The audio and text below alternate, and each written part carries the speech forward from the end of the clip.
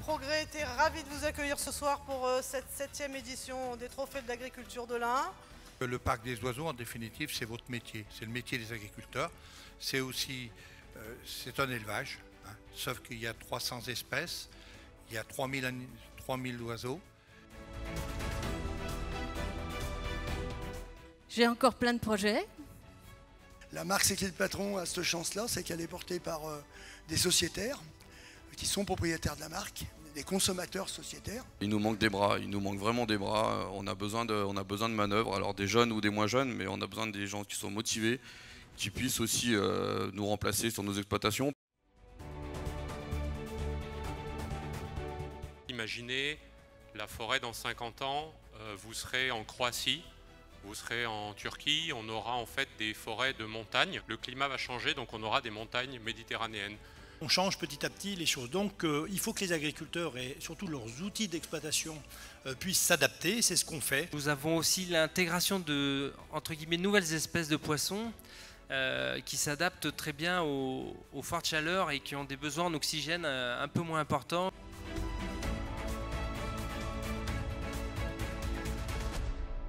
Moi je crois beaucoup à une chose, c'est la loi du nombre, la force du nombre.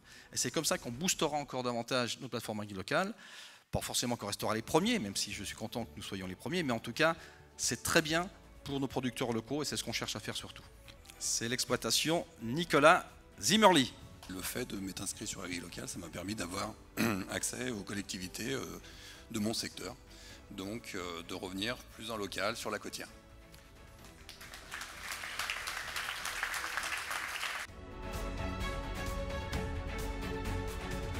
On est le premier budget agricole de toutes les régions de France et on a à la fois des aides, on le disait donc au circuit court, mais également aux filières. Exploitation Pascal Chanel. C'est plus le consommateur qui m'a sollicité. Au début, je travaillais dans la filière avec un abattoir et j'avais plus en plus de demandes de la part des consommateurs qui s'arrêtaient, qui me demandaient si j'en vendais pas en direct.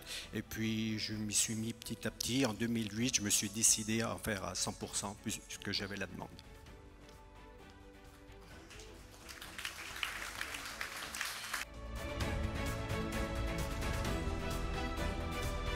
Pour nous, on a développé un savoir-faire sur la transmission pour accompagner le cédant, mais également le repreneur.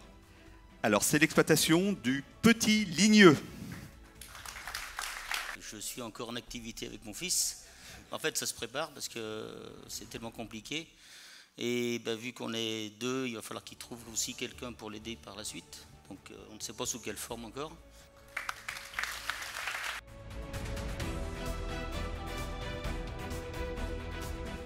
Il faut faire une agriculture qui soit productive, et une agriculture qui soit productive, mais aussi qui permette d'accompagner dans le sens environnemental, et donc que ce soit le produit fini, mais aussi la mise en avant des exploitations et de l'agriculteur. Donc c'est la ferme du Trèfle, Jérôme Cure. La valeur de cette filière, c'est de démontrer qu'on n'abîme pas l'environnement, on prend soin des animaux, on pense aux consommateurs.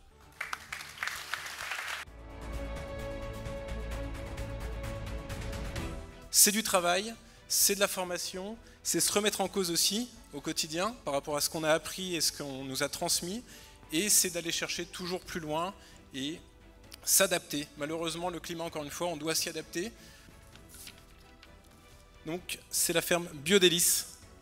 La ferme Biodélice, c'est un panel de produits sur la ferme, vendus sur la ferme et transformés à la ferme.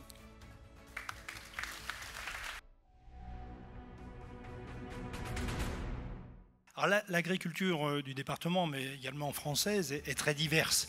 Et il est vrai que on a beau être la meilleure agriculture du monde, avec les meilleurs produits, eh bien, il faut qu'on puisse y rester. Donc il faut que tous les agriculteurs, quel que soit d'ailleurs leur mode de production, on a bien vu le bio, on a bien vu l'HVE3, on a bien vu d'autres systèmes de production. D'ailleurs, c'est une diversité qui est une richesse.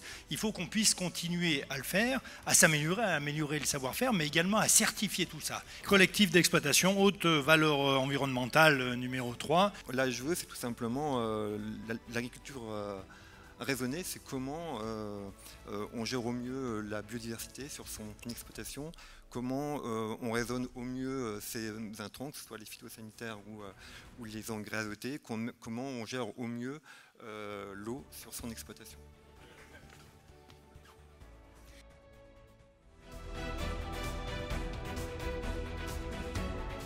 Que ce soit bio, conventionnel ou tout ce qu'on veut, il faut de l'eau et de la terre. Donc il faut qu'on apprenne culturellement à essayer de capter cette eau, trouver des solutions, et ça viendra de l'agriculture, mais ça viendra de la famille agricole. Alors le prix, c'est la CUMA de Vouvray et d'Auchat.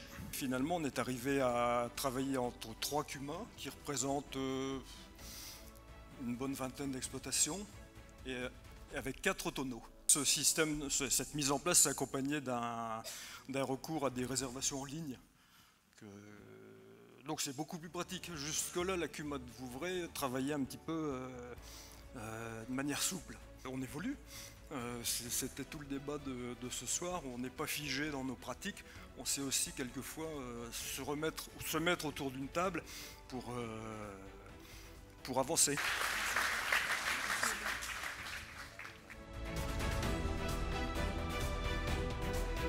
Le Crédit Mutuel, vous le savez tous, c'est la deuxième banque de l'agriculture. Innovation, si bien entendu, de trouver des produits qui demain pourront être soit vendus directement à la ferme, soit vendus à côté, mais de trouver de la valeur ajoutée. Et c'est vrai que cette innovation, nous au Crédit Mutuel, on adore et on aime bien la financer.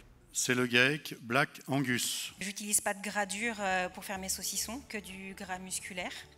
Je crois qu'elle est originale parce que par sa simplicité, du sel de Guérande et des épices et beaucoup de temps et de passion, je crois aussi.